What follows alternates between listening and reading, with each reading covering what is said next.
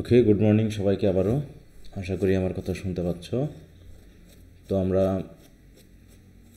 পড়ছিলাম হচ্ছে introduction to pros, আর ইতোমধ্যে আমরা প্রোজের অফ স্টাডিজটা পড়েছি, তাই তো? জি স্যার। জি স্যার। আর এদিকে ইন্ট্রোডিউসিং সোশ্যালজি, সোশ্যাল ওয়ার্ক এবং পলিটিক্যাল থিওরি, এগুলোর চ্যাপ্টার 3 পর্যন্ত পড়তে দেওয়া ছিল। এটা পড়া হয়েছে বলে আমি মনে করছি। চ্যাপ্টার 4 দিয়ে দিলাম। আর সনেট 18-এর যে ব্রিফ, শর্ট এবং ব্রড কোশ্চেনগুলো দিয়েছিলাম একটু পড়ার জন্য, এটা কি সবাই পড়েছো? জি স্যার পড়ছে। জি স্যার। আচ্ছা, ভেরি গুড। তাহলে এরপর যেটা আছে সেটা আমি একটু দিয়ে দিই। এরপর আছে হচ্ছে অন হিজ ব্লাইন্ডনেস।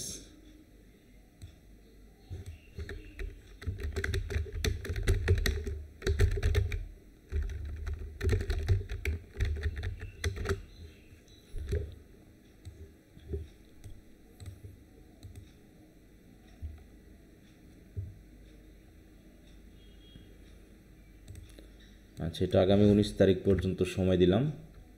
19 তারিখের মধ্যে এটা পড়ে নিবা।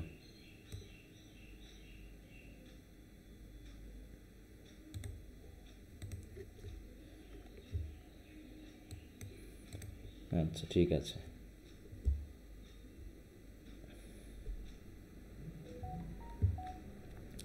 তাহলে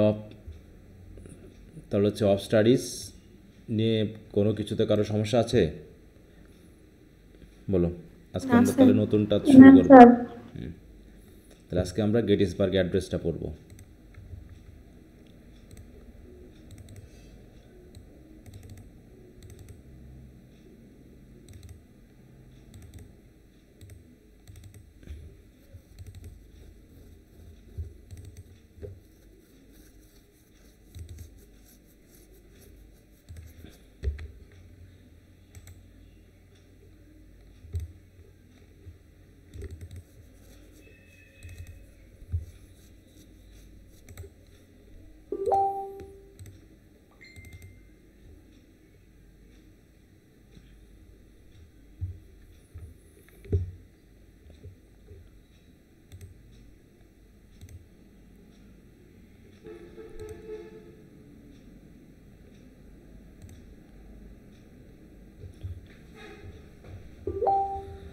আচ্ছা, তো গেটিসবার্গ অ্যাড্রেস হচ্ছে আমাদের দ্বিতীয় নন ফিকশনটি, আব্রাহাম লিঙ্কনের লেখা।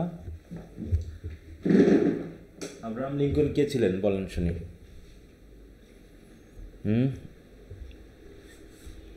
American president.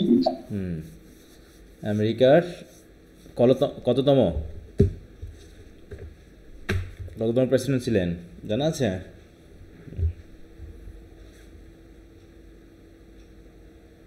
তিনি ছিলেন হচ্ছেন 16তম প্রেসিডেন্ট।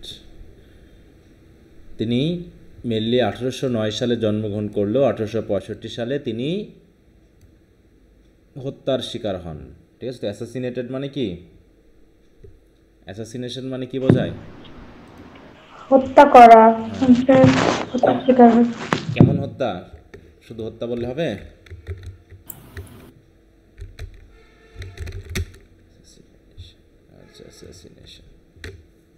দেখো, এটা হচ্ছে কি, আমরা বিশেষ করে এইটা বুঝবো, ঠিক আছে? তো গুপ্ত হত্যা অথবা বিশ্বাসঘাতকতাপূর্বক গোপনে হত্যা। এবং বিশেষ করে এই হত্যাগুলো হয়ে থাকে তাদেরই পরিচিত বিশ্বস্ত মানুষের দ্বারা। ঠিক আছে? তো যাকে কোনোদিন ভাবাই হয়নি যে সে আমার ক্ষতি করতে পারে, এরকম মানুষের দ্বারা এই জাতীয় হত্যাগুলো প্রধানত হয়ে থাকে। তো এরকম 1865 সালে তিনি অ্যাসাসিনেটেড হন। তার পিছনের যে কারণ রয়েছে হত্যার, সেই কারণটাই আমাদের হচ্ছে এই বক্তব্যের বিশাল একটা বিষয়। তাহলে দেখো, বলছে Abraham Lincoln was an American law and Statesman and he became the 16th president of the United States in 1861 and assassinated 1865. তাহলে তিনি 16তম প্রেসিডেন্ট হন হচ্ছে 1861 সালে। 61 সালে হন এবং তারই 4 বছর পরে তাকে হত্যা করা হয়। বিশেষ করে উদ্দেশ্যটা কি ছিল? ছিল হচ্ছে তিনি যেহেতু আমেরিকার প্রেসিডেন্ট হন, আর আমেরিকার প্রেসিডেন্ট হওয়ার পরে তিনি আমেরিকান সিভিল ওয়ার এটা পরিচালনা করেন হচ্ছে। আমরা জানি যে আমেরিকার কয়টা রাষ্ট্র আছে জানো তো? আমেরিকার কয়টা রাষ্ট্র, স্টেট কয়টা বলো তো?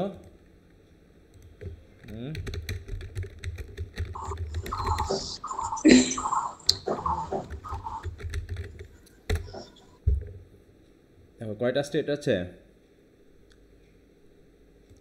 50। 50টা, তাই না? এবং আমরা যদি আমেরিকাকে একটু ম্যাপে দেখি তাহলে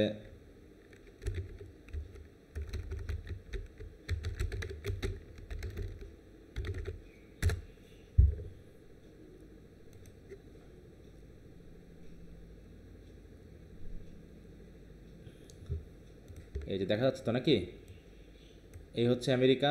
এই যে দেখো যে নামগুলো দেখতেছি এগুলো হচ্ছে কি আমেরিকার এক একটা রাজ্যের নাম। এই যেখান এই পর্যন্ত এখান থেকে শুরু, এটা তো এগুলো হচ্ছে কানাডার, কিন্তু এই যে এগুলো হচ্ছে কি নাম। দেখো এখানে প্রথমে এইটা দেখছিলাম সংক্ষিপ্ত নাম, এখানে দেখতেছি বড় নাম। দেখো মিসরি, তাই তো, Kansas, Colorado, New Mexico, Oklahoma, Dallas, Texas, তারপরে লুইজিয়ানা, মিসিসিপি, হ্যাঁ, Arkansas, Tennessee, Kentucky, Indiana, Illinois, Ohio, এইগুলো হচ্ছে কি West Virginia, North Carolina, South Carolina, Georgia, হ্যাঁ, এগুলোর নাম হচ্ছে, এগুলো হচ্ছে আমাদের মনে করো আমেরিকার, এগুলো হচ্ছে দক্ষিণের রাষ্ট্র, আর উপরের দিকে হচ্ছে কি উত্তর, তাই না? এগুলো হচ্ছে কি উত্তর বা নর্দার্ন কান্ট্রিজ, এই স্টেটস, আর এগুলো হচ্ছে কি সাউদার্ন স্টেট। হ্যাঁ, এগুলো হচ্ছে কি সাউদার্ন। আর সাউদার্ন স্টেটের ভিতরে সবচেয়ে সাউদার কোনটা? এই যে ফ্লোরিডা। হ্যাঁ, ফ্লোরিডা হচ্ছে কি সবচেয়ে সাউথে আছে, ঠিক অনেকটা। এটা দেখতে কেমন বলো তো এই অংশটুকু? আমাদের বাংলাদেশের কক্সবাজারের এই এলাকার মতো না? জি স্যার। শুরু হয়ে এটুকু জি আছে, স্যার। এইটুকু। তাহলে জর্জিয়া, আলাবামা, মিসিসিপি, লুইজিয়ানা, এই নামগুলো একটু খেয়াল রাখবা, কারণ আমাদের কথার ভিতরে আসবে। তাহলে এখানে টোটাল 50 স্টেটস রয়েছে। এবং যদি আমরা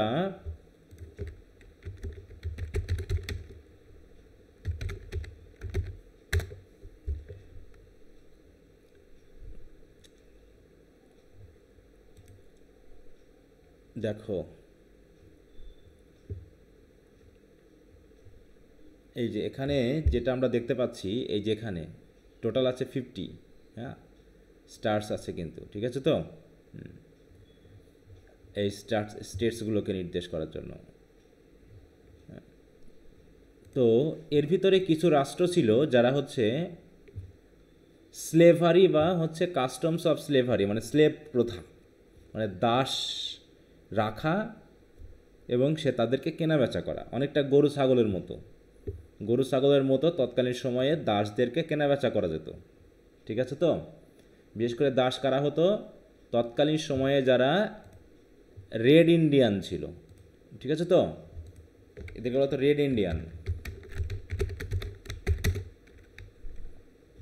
ইন্ডিয়ানস অফ আমেরিকা।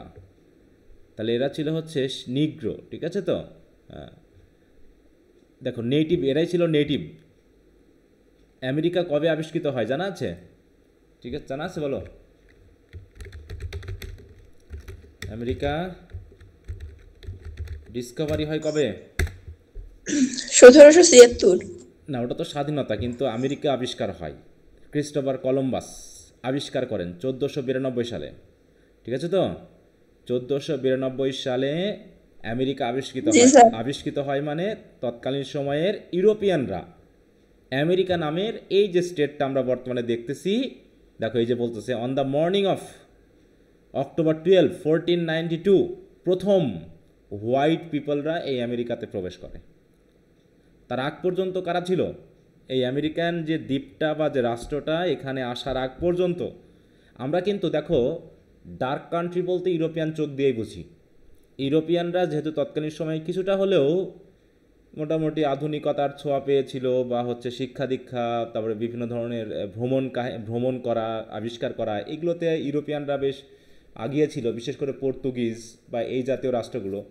তো আরও যে রাষ্ট্র আছে, এশিয়া, আমেরিকা, এগুলো যে দেশ আছে এরা তো জানতোই না, বা আমরাই বা জানতাম কিভাবে। এখন তো না হয় যোগাযোগের মাধ্যমগুলো ইজি হওয়ার কারণে আমরা জানতে পেরেছি। তো তারা প্রথম, তাই তো, এই আমেরিকা, দেখো আমেরিকাতে প্রথম আসে। তার মানে তার আগ পর্যন্ত এখানে যারা ছিল তাদেরকে বলা হয় নেটিভ, তাই তো। নেটিভ মানে কি? এখানকার স্থানীয় লোক। স্থানীয়। এই স্থানীয় কারা ছিল? এই রেড ইন্ডিয়ানরা ছিল, ঠিক আছে। তো তারা ছিল অধিকাংশ ক্ষেত্রে কি ব্ল্যাক, ঠিক আছে তো। তারা ছিল কি নিগ্রো বা ব্ল্যাক পিপল, ঠিক আছে। হুম। এবং দেখো এই যে এরকম মানে একদম আফ্রিকার মতো না, কিন্তু মোটামুটি ইউরোপিয়ানদের থেকে একটু অন্য ধাঁচের। হ্যাঁ, এদেরকে রেড ইন্ডিয়ান বলা হচ্ছে। এই যে এরকমটা দেখতে অনেকটা আমাদের মতোই বলা যায়, আমাদের থেকে কিছুটা। তো এই এদেরকে তারা কি করতো, ইউরোপিয়ানরা যখন ওখানে যাওয়া শুরু করলো তখন তাদেরকে তারা ওখান থেকে ডোমিনেট করা শুরু করলো, গিয়ে তাদেরকে ধরে ধরে দাস হিসাবে কাজে লাগানো শুরু করলো, ঠিক যেমন করে ইংল্যান্ড করেছিল সাউথ আফ্রিকাতে। তারপরে তাদেরকে দাসদের কী করা যেত, কেনা বেচা করা যেত। মানে কোনো একটা দাস আমার আছে বা 5-10 জন আছে, তার ভিতরে একজনকে ভালো লাগছে না, তাকে আমি আরেকজনের কাছে বিক্রি করে দিলাম, ঠিক আছে। ব্যাপারগুলো এরকমটা ছিল, বিক্রি করে দিলাম। মানে ঠিক গরু যেমন আমার হাল বহানোর জন্য ব্যবহার করতাম, আমার এখন আর কাজে লাগছে না, টাকার দরকার, আমি ওকে বিক্রি করে দিলাম অন্য একজনের কাছে, ঠিক আছে। তো এরকমভাবে দাস প্রথা পরিচালিত ছিল এবং বেশ ভালো ধরনের একটা ব্যবসা ছিল, এবং দাস কেনাবেচার কোম্পানিও ছিল, যেমন গরু ছাগলের ওইরকম ইয়া থাকে, দালাল থাকে, ওইরকম বেশ ভালোই চলছিল এগুলো। হ্যাঁ, কিন্তু এগুলো নিশ্চয়ই অমানবিক।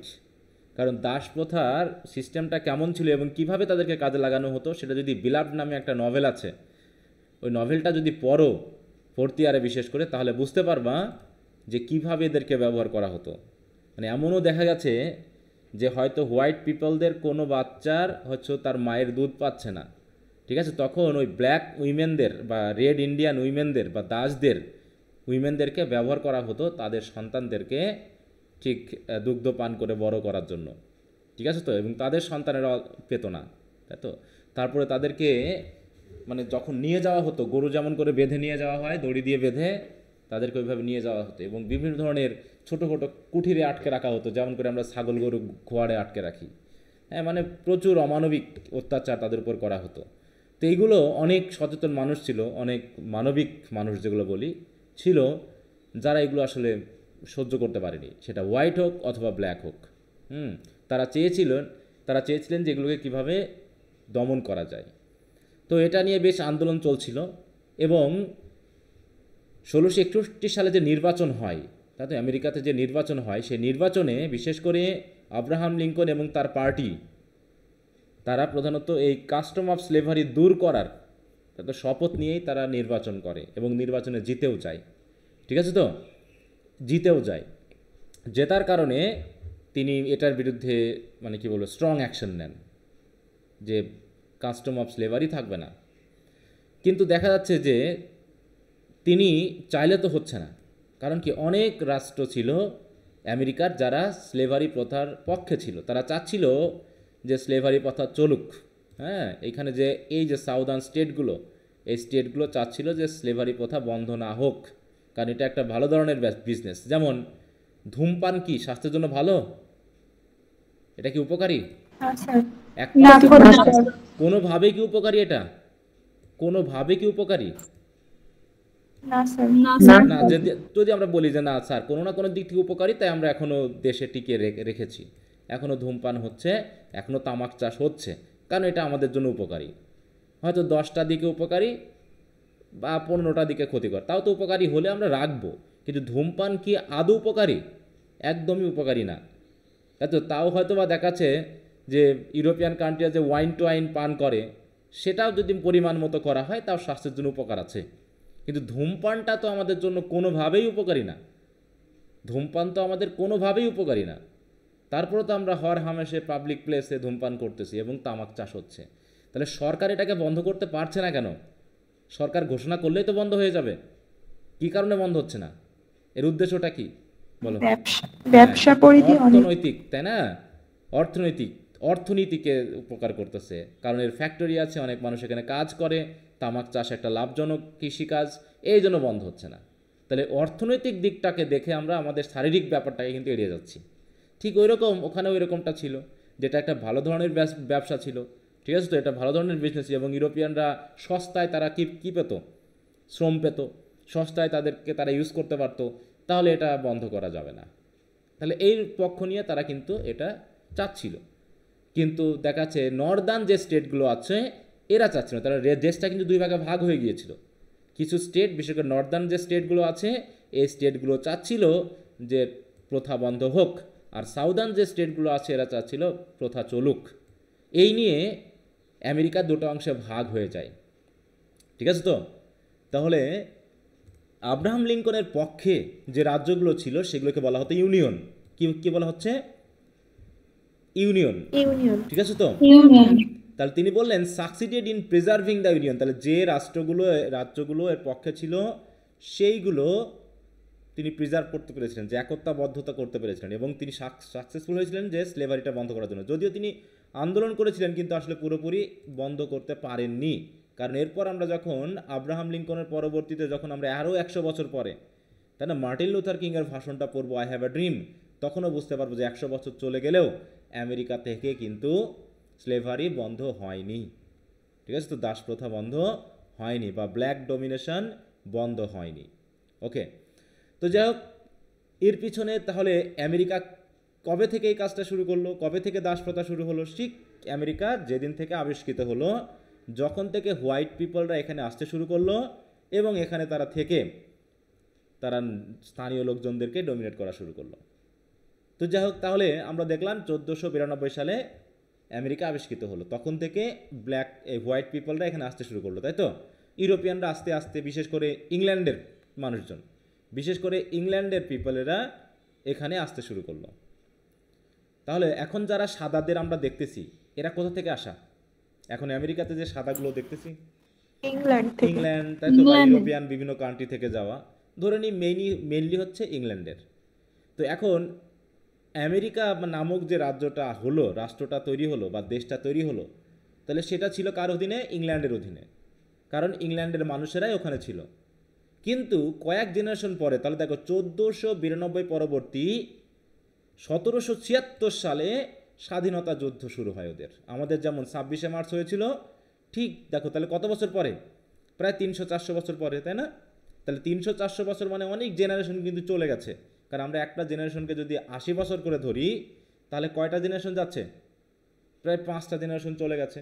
তাহলে 5 জেনারেশন পরে আমেরিকার লোকেরা বুঝতে পেরেছে যে আমরা তো কারো অধীনে থাকতে রাজি না, কারণ আমরা এখন একটা স্বাধীন রাজ্য চাই, কারণ আমরা আমেরিকা নামক একটা রাজ্য হয়ে গেছে, আমরা কেন ইংল্যান্ডের অধীনে থাকবো? ইংল্যান্ডই ছিল কিন্তু তাদের পূর্বপুরুষের দেশ, তাই না, এখান থেকেই তারা গিয়েছিল। কিন্তু তারা যেহেতু এখন আমেরিকাতে থাকছে, যেমন আমাদের বাংলাদেশ থেকে অনেকেই আমেরিকা যাচ্ছে, ইংল্যান্ডে যাচ্ছে, তারা যখন 5-7 জেনারেশন ওখানে থাকবে, তখন কি তারা আর বাংলাদেশি বলে পরিচয় দিবে তাদের? বলো। দুই জেনারেশন পরেই তো ওখানে যদি স্থানীয়ভাবে থাকতে থাকে এবং নাগরিকত্ব পেয়ে যায়, তারা কিন্তু নিজেদেরকে তখন বাংলাদেশি বলে না, ওখানে ইংল্যান্ডের ইংলিশই তারা বলে থাকে, ঠিক আছে তো, যদিও তারা বংশোদ্ভূত, বাংলাদেশি বংশোদ্ভূত, হ্যাঁ, তারপরেও তারা ইংল্যান্ডের। তা ওরকমভাবে করলো কি আমেরিকানরা? 4 জুলাই 1776 সালে ইংল্যান্ডের বিরুদ্ধে স্বাধীনতা ঘোষণা করল।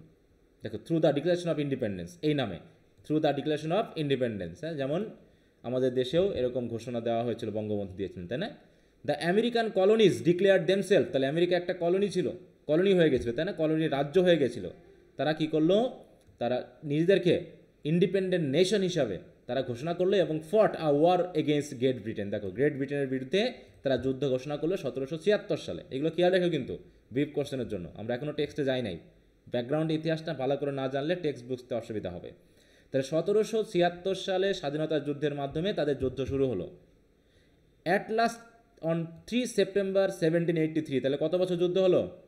1783 সালে 3 September, through the signing of a piece of treaty in Paris, তাই তো, প্যারিসে একটা চুক্তির মাধ্যমে, যেটাকে বলা হচ্ছে ট্রিটি অফ প্যারিস বা প্যারিস চুক্তি। প্যারিস চুক্তির মাধ্যমে America got her complete independence from great Britain. তাহলে গ্রেট ব্রিটেন থেকে আমেরিকা পুরোপুরি স্বাধীনতা পেয়ে গেল। আর এই স্বাধীনতা যুদ্ধে আমেরিকার সবচেয়ে প্রিয় বন্ধু ছিল হচ্ছে ফ্রান্স। কে ছিল? ফ্রান্স। কারণ কি, তৎকালীন সময়ে ফ্রান্স এবং ইংল্যান্ডের মধ্যে যুদ্ধ চলছিল 1776। এই সময়টা হচ্ছে কমনওয়েলথ পিরিয়ড ছিল ইংল্যান্ডের। আমরা পড়বো ইতিহাস যখন সেকেন্ড ইয়ারে, তখন বুঝতে পারবা যে কমনওয়েলথ বলতেছি 1776 সালে, ওটা তো 1600। তো যাই হোক, এই ফ্রান্স এবং ইংল্যান্ডের মধ্যে প্রায় মানে কি বলবো সাপে নেউলের সম্পর্ক। এই জন্য ফ্রান্স কি করছিল, আমেরিকাকে সাহায্য করছিল। বিশেষ করে ফ্রেঞ্চ রেভলিউশন হয়েছিল এই সময়, তাই না? আমরা জানি এর পরবর্তীতে আমরা পাবো কি ফ্রেঞ্চ রেভলিউশন। এই ফ্রেঞ্চ রেভলিউশন হয়েছিল, সেখানে অ্যারিস্টোক্রেটদের উপরে আক্রমণ করা হয়েছিল, তাই তো? আমরা সেগুলো দেখব পরবর্তীতে। তাহলে আমরা এই তারিখগুলো খেয়াল রাখবো যে আমেরিকা আবিষ্কৃত হলো 1492 সালে, আর 1776 সালে ওই ওখানকার হোয়াইট পিপল যারা বসবাস শুরু করো তারাই আবার ইংল্যান্ডের বিরুদ্ধে যুদ্ধ ঘোষণা করার মাধ্যমে তারা স্বাধীনতা পেয়ে গেল। তাহলে স্বাধীনতা পাইলো, ঠিক আছে। তাহলে কারা স্বাধীনতা পাইলো?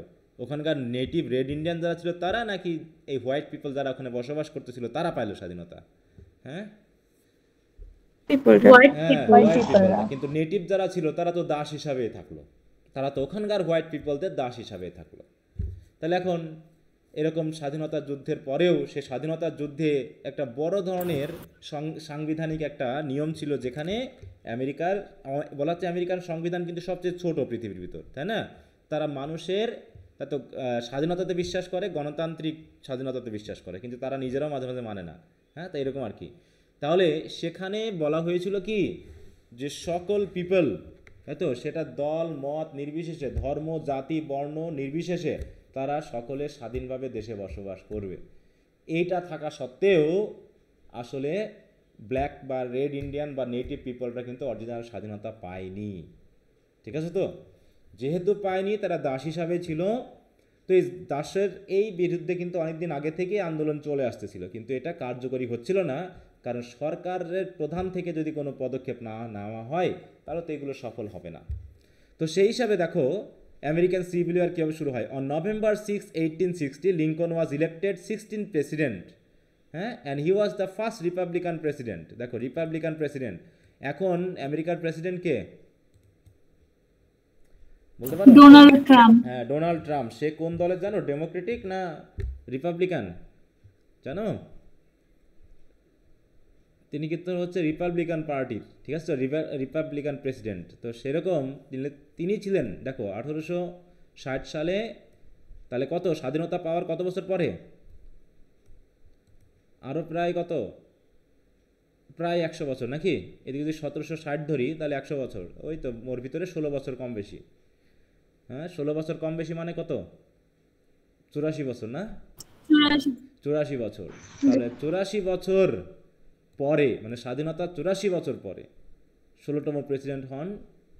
এবং তিনি কি চাচ্ছিলেন? দেখো, his victory was entirely due to his support in the north and west. তাহলে মেনলি তার জয়টা হয়েছিল কাদের সাপোর্টে? সাউদার্ন স্টেটের সাপোর্টে না, কিন্তু ওয়েস্ট এবং নর্থ, মানে এই এলাকার, হ্যাঁ, এই জায়গাটুকুর। এইটা হচ্ছে নর্থ, এই দিকেরগুলো হচ্ছে কি, এগুলো হচ্ছে নর্দার্ন স্টেট, আর এগুলো হচ্ছে ওয়েস্টার্ন স্টেট।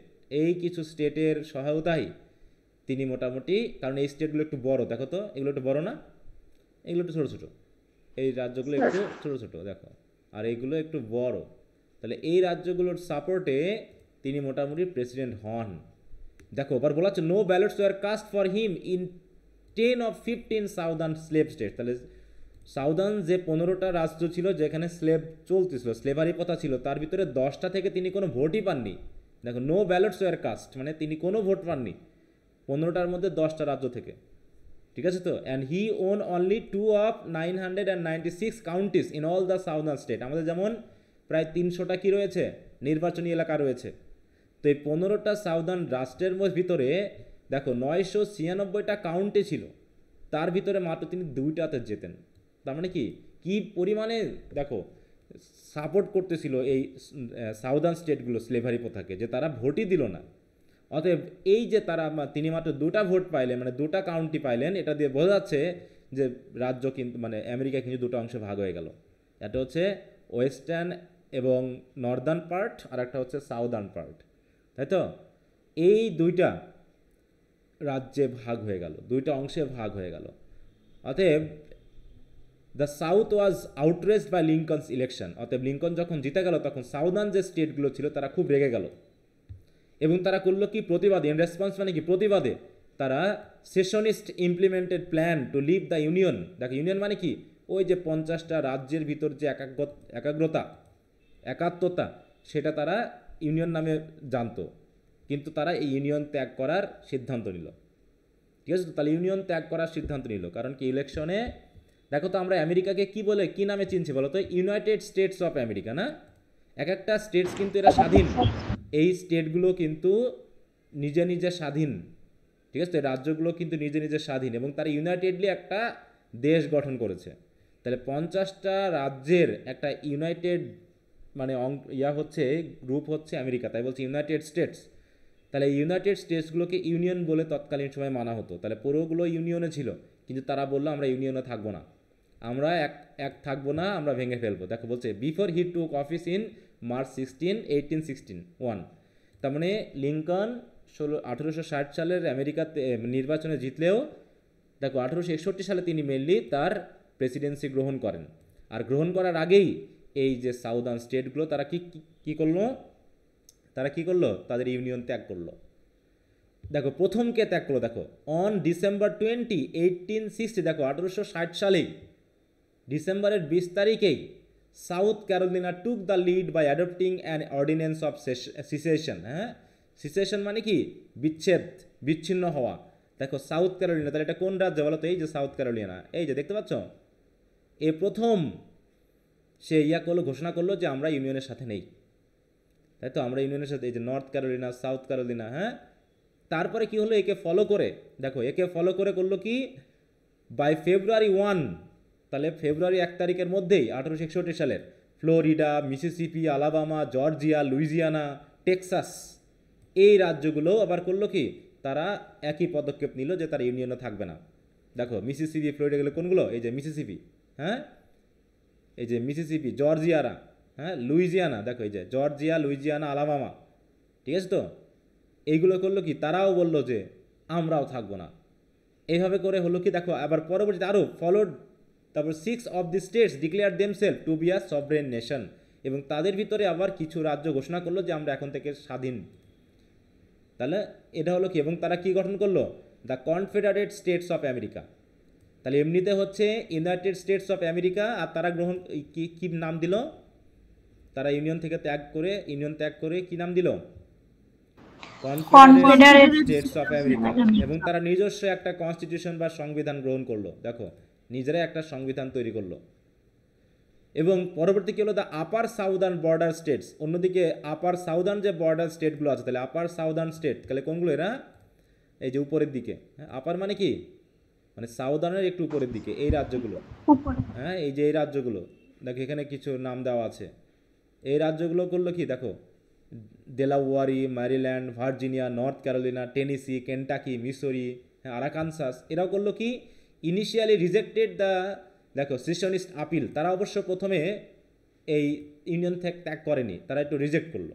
তাহলে কিছু রাজ্য প্রথমেই গ্রহণ করলো কি, সাউথ ক্যারোলিনা, তাকে ফলো করে ফ্লোরিডা, এরাও ফলো করলো, কিন্তু আরও কিছু ছিল যারা হচ্ছে আপার সাউদার্ন এবং বর্ডার স্টেটগুলো, সাউদার্ন এবং বর্ডার স্টেট, মানে বর্ডার স্টেট মানে এই যে বর্ডারের দিকে যেগুলো আছে এবং উপরের দিকে যেগুলো আছে, তারা বললো যে না আমরা আপাতত বিচ্ছিন্ন হব না।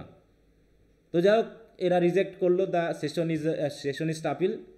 এদিকে যেহেতু এরা একটা কনফেডারেট স্টেটস অফ আমেরিকা গঠন করলো, তারা আবার প্রেসিডেন্ট নির্বাচন করলো। দেখো না, এটা তো আগে ছিল, প্রেসিডেন্ট বুকানন ছিল হচ্ছে আমেরিকার প্রেসিডেন্ট লিঙ্কনের আগে, তাহলে এবং president elect Lincoln refuse to recognise the confederacy, তখন আইনানুগ যে প্রেসিডেন্ট, তাই তো, বুকানন এবং লিঙ্কন, এরা কিন্তু কনফেডারেট স্টেটস অফ আমেরিকা মেনে নিতে নারাজ।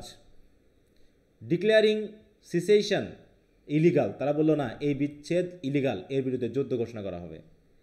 এ কারণে আবার করলো কি, confederacy selected Jefferson Davis as its provisional president on February 9, 1861। তাহলে এই কনফেডারেট স্টেটস অফ আমেরিকা এরাও আবার তাদের একজন প্রেসিডেন্ট নিয়োগ করলো, তার নাম হচ্ছে কি, জেফারসন ডেভিস, তিনি ছিলেন প্রভিশনাল, অস্থায়ী প্রেসিডেন্ট। ঠিক আছে তো, তাহলে কিন্তু রাজ্য দেখো আমেরিকা দুটো অংশে ভাগ হয়ে গেল, কি কথা বোঝা গেছে? তাহলে সেই কিসের উপর ভিত্তি করে এই ঘটনাটা ঘটলো? শুধুমাত্র একটা উদ্দেশ্য, সেটা কি? যে দাস প্রথা রাখা বা না রাখা, এই তো নাকি? জি স্যার। এবার বলছে led by Yes, Jefferson sir. Davis. তাহলে জেফারসন ডেভিস প্রেসিডেন্ট হিসাবে কি করলো? যুদ্ধ ঘোষণা করলো। The Confederate States of America fought against the United States, the union. তাহলে ইউনিয়ন হচ্ছে কি? ইউনাইটেড স্টেটস, তার বিরুদ্ধে যুদ্ধ ঘোষণা করলো। এবং ইউনিয়ন দেখো, which was supported by all the free states and the 5 border slave states. তার মানে ইউনিয়নকে বা আব্রাহাম লিঙ্কনের যে দলটা, সেই দলটাকে সাপোর্ট করেছিল সেই দেশগুলো যেগুলোতে কোনো দাসপ্রথা ছিল না। এবং সাথে সাথে 5 বর্ডার স্টেটস, 5 বর্ডার স্টেটস মানে যেখানে দাসপ্রথা ছিল কিন্তু এই যে বর্ডার এলাকাগুলোতে, North Carolina, Virginia, West Virginia, এগুলো হচ্ছে বর্ডার স্টেট। এরাও কিন্তু লিঙ্কনকে সাপোর্ট করেছিল দাসপ্রথা এখানে চললেও। তাই বলছে 5 বর্ডার স্লেভ স্টেটস এরাও ইউনিয়নকে সাপোর্ট করেছিল। হস্টিলিটিস বিগ্যান অন এপ্রিল দেখো 12, 1861। তাহলে 1861 সালে যুদ্ধ শুরু হয়ে গেল, মানে শত্রুতা শুরু হয়ে গেল। When Confederate forces attract US military installation of দেখো ফর্ন সামিটার ইন সাউথ ক্যারোলিনা। তাহলে সাউথ ক্যারোলিনা রাজ্যে এইখানে এই যে যারা প্রথম পদক্ষেপ নিল, এই রাজ্যে ইউনিয়নের একটা ঘাঁটি ছিল, তাই তো, আর্মি ঘাঁটি ছিল। সেই ঘাঁটিতে তারা করলো কি? আক্রমণ করলো। হ্যাঁ, মিলিটারি ইনস্টলেশন ছিল যেখানে তারা আক্রমণ করলো। এই আক্রমণের মধ্য দিয়ে মেনলি যুদ্ধটা শুরু হলো। Lincoln responded by calling a volunteer army from each state. Lincoln তখন করলো কি? যে রাজ্যগুলো তাকে সাপোর্ট করতেছিল তাদের কাছ থেকে তিনি আর্মি সহায়তা নিলেন। And leading to declaration of secession by 4 more southern slave states. তাহলে যখন আমেরিকা মানে ইউনিয়ন সাহায্য চাইলো, তখন আবার করলো কি? আরও প্রায় 4টা, হ্যাঁ, 4 মোর সাউদার্ন স্লেভ স্টেট, তারাও আবার সিসেশন গ্রহণ করলো। হ্যাঁ, মানে মোটামুটি তাহলে কয়টা? অনেকগুলো রাজ্য নাকি? এদিকে প্রায় 10টা। প্রথমে তো একজন নিল, তাহলে এখানে কয়টা দেখো? এইখানে প্রথমে সাউথ ক্যারোলিনা পদক্ষেপ নিল, তারপরে সাউথ ক্যারোলিনার পর Florida, Mississippi, Alabama, Georgia, Louisiana, Texas. এখানে কয়টা? 1টা 2টা 3টা 4টা 5টা 6টা। এখানে 6টা রাজ্য। আবার পরবর্তীতে আরও 4টা, তাহলে কয়টা হলো? 6 আর 1 7 আর 4 11টা নাকি? এরকমভাবে বোথ সাইডস রেজড আর্মিজ, তাই তো, as the union assumed control of the border states early in the war. কারণ ইতিমধ্যে বর্ডার স্টেট যেগুলো ইউনিয়নকে সাপোর্ট করছিল তাদের কিন্তু দখল অলরেডি নিয়ে নিয়েছে ইউনিয়ন। এ কারণেই এবং ইস্টাবলিশ আ নাভাল ব্লকের। নাভাল মানে কি? যেহেতু এই দেখো এইগুলো হচ্ছে কি? এগুলো হচ্ছে বর্ডার স্টেটস। এই বর্ডার স্টেটসগুলোর যেহেতু দখল অলরেডি ইউনিয়নের অধীনে আছে, তাই তারা একটা নৌবাহিনীর মাধ্যমে একটা ব্লকেট তৈরি করলো, যাতে কনফেডারেট স্টেটসের আর্মিরা পালাতে না পারে বা এখান থেকে যেন নেভির হেল্প না পায়। In September 1862 Lincoln's emancipation proclamation made ending slavery in the south war goal. তাই তিনি আবার করলেন কি? ইমানসিপেশন প্রোক্লেমেশন দান করলেন। কাদের জন্য? স্লেভদের জন্য, যে আজ থেকে তারা মুক্ত। তিনি ঘোষণা দিয়ে দিলেন যে আজ থেকে আমেরিকাতে কোনো স্লেভ থাকবে না, তাই তো, কোনো স্লেভারির পথে থাকবে না, সবাই আজ থেকে মুক্ত। এই ঘোষণা দিলেন কত সালে? 1862 সালে। এগুলো একটু খেয়াল রাখবে কিন্তু, কারণ আই হ্যাভ এ ড্রিম এখানেও এগুলো দরকার। তাহলে 1861 সালে তিনি আমেরিকার প্রেসিডেন্ট হলেন, 1860 সালের নির্বাচনে, এবং 1862 সালে এসে তিনি পুরো সাংবিধানিকভাবে ঘোষণা দিয়ে দিলেন যে স্লেভ প্রথা থাকবে না, আজ থেকে পুরো স্বাধীন। ঠিক আছে তো? এই জন্য কী হয়ে গেল? একটা গোল শুরু হয়ে গেল কি? যুদ্ধ করা, যে কোনোভাবে হোক স্লেভদেরকে রক্ষা করতে হবে। এখন স্লেভরা কাকে সমর্থন করবে? এখন বলো, যারা স্লেভ আছে তারা কাকে সমর্থন করবে? আব্রাহাম লিঙ্কনকে। আব্রাহাম লিঙ্কনকে অবশ্যই। হ্যাঁ, আব্রাহাম লিঙ্কনকে সাপোর্ট করবে, অতএব তারাও এসে সাপোর্ট করতে থাকলো। এদিকে যুদ্ধ তো সেরকমভাবে চলতে থাকলো। Confederate commander Robert E Lee won battles in the east সাইডে যে সকল রাজ্যগুলো ছিল, সেখানে যেহেতু ইউনিয়নের উপস্থিতি কম ছিল, এই জন্য কনফেডারেট আর্মিরা সেখানে আপাতত তারা জিততে থাকলো। But in 1863 his Northern advance, কিন্তু নর্থের যে রাজ্যগুলো, এরা কাকে সাপোর্ট করেছিল? নর্থের রাজ্যগুলো আব্রাহাম লিঙ্কনকে। তাহলে এই যে রাজ্যগুলো, এই যে নর্থে যত যাচ্ছে তত তারা কিন্তু, বিশেষ করে কনফেডারেট স্টেটস আর্মিরা কি হচ্ছে? বাধার মুখোমুখি হলো। বলছে the two armies battle to collide at Gettysburg. এটা একটু খেয়াল রাখবো, অন July 1, 1863। অতএব আমরা দেখতে পাচ্ছি, অতএব ইউনাইটেড স্টেটস অফ আমেরিকার আর্মিরা সাথে সাথে কনফেডারেট স্টেটসের আর্মিরা দুইজন এসে কলাইড মানে কি? মুখোমুখি সংঘর্ষ শুরু হলো গেটিসবার্গে এসে। তা গেটিসবার্গ কোথায় অবস্থিত দেখি, আমরা একটু দেখে আসি।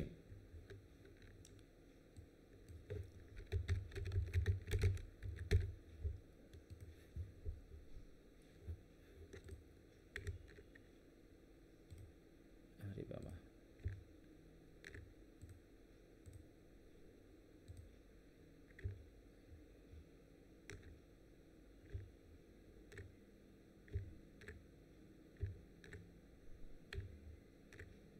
চলে গেল। এই যে পেনসিলভেনিয়া, তাই তো? এটা সরে না কেন রে?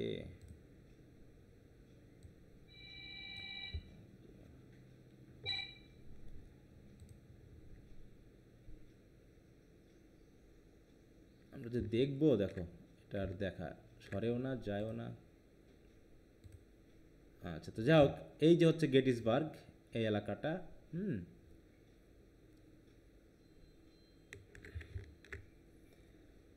দেখতে পাচ্ছ, এটা হচ্ছে পেনসিলভেনিয়া যে রাজ্য রয়েছে সেখানে অবস্থিত। এটা কোন কোন জায়গায় হবে দেখো, এই যে মোটামুটি বর্ডার স্টেটের কাছাকাছি, তাই না? এই যে এই জায়গাটা পেনসিলভেনিয়া, এইখানে। এখানে এসে মোটামুটি একটু সংঘর্ষ শুরু হলো এই নর্দার্ন দিকে যাওয়ার জন্য। তাই বলছে দেখো, the two armies began to collide at Gettysburg on July 1, 1863 and on the second day of the battle. এবং যুদ্ধের দ্বিতীয় দিন মানে কয় তারিখ হবে? 2 তারিখ। 2 তারিখে কি হলো? Most of both army's had assembled, মানে দুই দলের আর্মির একত্রিত হয়ে গেছে, মানে বিশাল এক যুদ্ধ শুরু হবে।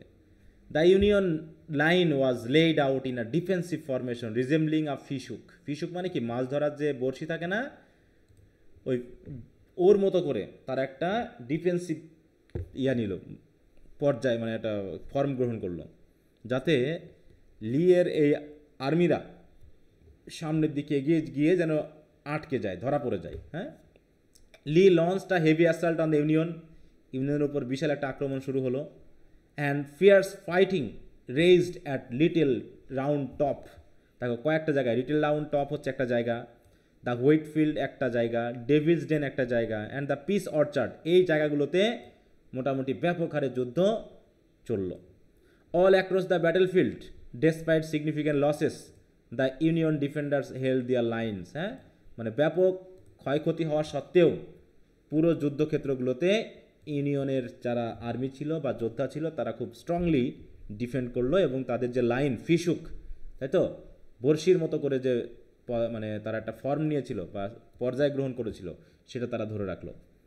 এভাবে যুদ্ধ চললো পরের দিনও। On the third day of the battle July 3, fighting resumed on Culp's Hill, তার আরেকটা জায়গা, কালপস হিল আরেকটা জায়গা, সেখানে আরও যুদ্ধ হলো। Lee led his army on a tortuous retreat back to Virginia. শেষে লির আর্মিরা বাধ্য হলো কী করার জন্য? টর্চুয়াস রিট্রিট মানে কি? রিট্রিট মানে কি? প্রস্থান করা, তাই তো, পিছিয়ে আসা। রিট্রিট মানে কি? পিছিয়ে আসতে শুরু করলো, তাই না? টর্চুয়াস কেন? সরি, টর্চুয়াস বলছি, টর্টুরাস। হ্যাঁ, টর্টুরাস মানে বুঝো তো? টর্টয়েস বুঝো? কচ্ছপ। টর্টুরাস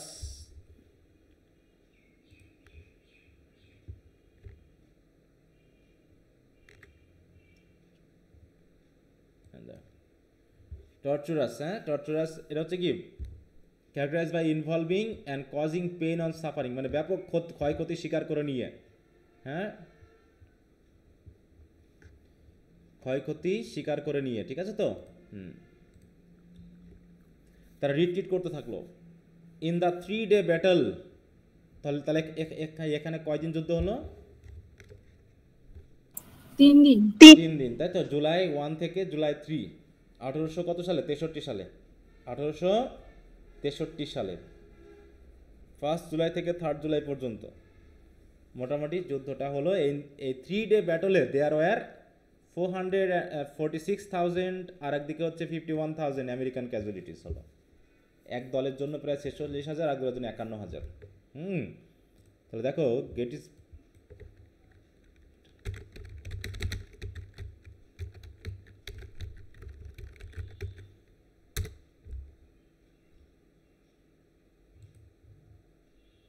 এই যে মনে করো এই যুদ্ধ হয়েছে ব্যাপক হারে দুই দলের ভিতরে, হ্যাঁ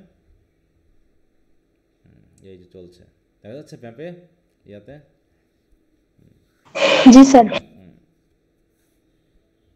এই যুদ্ধে শেষে এই যুদ্ধে এটা হলো 3 দিনের যুদ্ধ, এটাকে বলতেছি কি ব্যাটল অফ গেটিসবার্গ, কিন্তু এটা ঠিক আছে তো। তাহলে আমেরিকান সিভিল ওয়ার এক জিনিস আর গেটিসবার্গ অ্যাড্রেস এক জিনিস। গেটিসবার্গ অ্যাড্রেস গেটিসবার্গ বলতেছি, ব্যাটল অফ গেটিসবার্গ হচ্ছে এই আমেরিকান সিভিল ওয়ারের মধ্যে ছোট একটা যুদ্ধ না, মানে সর্বোচ্চ বড় যুদ্ধই বলতে পারি, মানে এই পুরো 5 বছর ধরে যুদ্ধটা চলছে, কিন্তু আমেরিকান ওয়ারটা মেনলি চলেছে কতদিন, 5 বছর। এখানে দুটা শব্দ একটু খেয়াল করো, একটা হচ্ছে ব্যাটল, ব্যাটল আর একটা হচ্ছে ওয়ার, ঠিক আছে তো। দুটার মিনিং কি? ব্যাটল মানে কি, ওয়ার মানে কি? যুদ্ধ। ব্যাটল মানে হচ্ছে খণ্ড যুদ্ধ, তাই তো। মনে করো আমাদের যে আমরা যে যুদ্ধ করেছি স্বাধীনতা যুদ্ধ, এটা কত মাস ধরে চলেছিল? 9 9 মাস। মাস। এই পুরোটাকে আমরা বলতেছি ওয়ার। এই ওয়ারের মধ্যে কিন্তু সব ধরনের যুদ্ধ চলে, অর্থনৈতিক, ধর্মীয়, তাতে সবাই মিলে যেভাবে যুদ্ধ, সেটা হচ্ছে ওয়ার। সামগ্রিক যুদ্ধকে আমরা বলছি ওয়ার। আর ব্যাটল হচ্ছে সম্মুখ যুদ্ধ, সমর যুদ্ধ, মুখোমুখি যুদ্ধগুলোকে আমরা বলছি হচ্ছে ব্যাটল। তাহলে যখন আমরা বলতেছি ব্যাটল অফ গেটিসবার্গ, তার মানে এটা একটা সম্মুখ যুদ্ধ বা খণ্ডযুদ্ধকে বোঝাচ্ছি। আর যখন বলছি আমেরিকান সিভিল ওয়ার, তখন পুরো সকল খণ্ডযুদ্ধ বা সব কিছু পদক্ষেপ মিলেই হচ্ছে আমেরিকান সিভিল ওয়ার। তাহলে বড় কে এই জায়গায়, ব্যাটল বড় না ওয়ার বড়? ওয়ার বড়। ওয়ারটা বড়, তো তাহলে ওয়ারের ভিতরে ব্যাটলটা অবস্থান করে, তাহলে অনেকগুলো ব্যাটল মিলেই ওয়ার আমরা মানে জয় করতে পারি। তো এখানে ওই ব্যাটল অফ গেটিসবার্গ হচ্ছে যেটা গেটিসবার্গে হয়েছিল, সেটাকে বোঝাতে ব্যবহার করা হয়েছে, ঠিক আছে। হ্যাঁ, তাই বলতেছে দেখো, however Confederate States collapsed after Lee's surrender to Grant at Appomattox court house on April 9, 1865। দেখো 1865 সালে গিয়ে পরবর্তীতে বন্ধ হয়। তাহলে 63 পর্যন্ত কিন্তু চলে, আমরা মোটামুটি গেটিসবার্গ ব্যাটলটা পেয়েছি, কিন্তু এই যুদ্ধ আরও চলেছে আরও 2 বছর। দেখো 1865 পর্যন্ত চলেছে, এবং আর্মি, তাই তো, লিয়ের যে আর্মি, তারা সারেন্ডার করেছিল। সারেন্ডার করার মাধ্যমে আমেরিকান সিভিল ওয়ারটা শেষ হয়।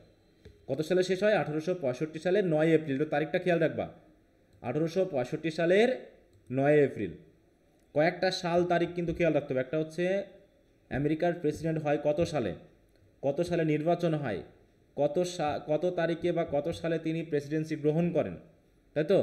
কবে থেকে যুদ্ধ শুরু হলো, ব্যাটল গেটিসবার্গের যে ব্যাটল, সেটা কয়দিন হয়েছিল, কত তারিখ থেকে কত তারিখ পর্যন্ত, তার আর হচ্ছে সামগ্রিক আমেরিকান সিভিল ওয়ারটা কবে থেকে শুরু হয়েছিল এবং কবে গিয়ে শেষ হলো।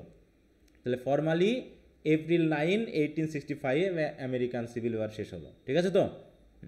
তো এইভাবে the American civil war remains the deadliest war in American history, resulting in the deaths of, তাহলে টোটাল ডেথ হলো কত দেখো, 6,20,000 soldiers and undetermined number of civilian casualties হয়েছিল। মানে সাধারণ জনগণের মধ্যেও অনেকেই আহত, ক্ষত বা হত্যার শিকার হয়েছিল। শুধু সোলজারই মারা গিয়েছিল কত, 6,20,000 পুরো আমেরিকান সিভিল ওয়ারে, ঠিক আছে তো। আর যদি আমরা 3 দিনের যুদ্ধ বলি এই ব্যাটল অফ গেটিসবার্গে, সেটা হচ্ছে এক দলের গেল 46,000 আর এক দলের গেল 51,000। হ্যাঁ, তো এইভাবে তাহলে এরা সবাই তো আমেরিকান, তাই না। তাহলে টোটাল প্রায় 1 লাখের কাছাকাছি, হ্যাঁ, জনগণ হত্যার শিকার হলো, সোলজার মারা গেল। তাহলে আমেরিকান সিভিল ওয়ার এবং গেটিসবার্গ মানে ব্যাটল, এই দুটা কি সেন্স বোঝা গেছে তো? জি স্যার। আচ্ছা, এইটুকুর মধ্যে কারো কোনো প্রশ্ন আছে? যে ইউনিয়ন স্যার কি? 6,20,000 কি দুই দল মিলিয়ে মারা গেছিল? হ্যাঁ, টোটাল, হ্যাঁ। আমেরিকান মানে কি, আমেরিকান বলতে কাদেরকে বুঝবো? দুই দলের আমেরিকার দুই দলই না, দুই দলই তো আমেরিকা নাকি? হ্যাঁ। এখন আওয়ামী লীগ আর বিএনপি যদি মারামারি করে মরে, তাহলে বলবো যে বাংলাদেশের জনগণ মরছে নাকি অন্য কিছু বলবো? বাংলাদেশ। হ্যাঁ, বাংলাদেশিরা মরছে, অন্য কিছু তো বলা যাবে না। হ্যাঁ, তো ওইরকম আর কি বিষয়টা। এখন যদি আমেরিকার তাই তো বিএনপি কি আওয়ামী লীগ বিএনপি যদি মারামারি করে দুইটা রাজ্য গঠন করে ফেলতে পারে, দুটা মানে বাংলাদেশকে ভেঙে, তখন আবার এটা তখন দল হয়ে যাবে অন্য পরিচয়। হ্যাঁ, এই আচ্ছা, তাহলে এই হলো আমাদের মোটামুটি একটু ধারণা। আশা করি এই ব্যাকগ্রাউন্ডটা তোমাদের এই পরীক্ষাতে কিন্তু এই ব্যাকগ্রাউন্ডটাই বেশিরভাগ আসে, ঠিক আছে। এখানে একটা বা দুইটা কোশ্চেন থাকে, ব্রড কোশ্চেন, এই দুটা কোশ্চেনই ঘুরে ফিরে আসে, বিশেষ করে ব্যাকগ্রাউন্ড। যদি আমরা পার্ট সি এর কথা বলি, দেখো এবার যে কোনটা এসেছিল এর ভিতর থেকে, এবার কোনটা আসছিল, এটা এসেছিল নাকি পরীক্ষায়? যদি এসে থাকে তো আমরা এটাকে বাদ দিয়ে পড়বো ব্রড কোশ্চেন। দেখি তো কোনটা আসছিল।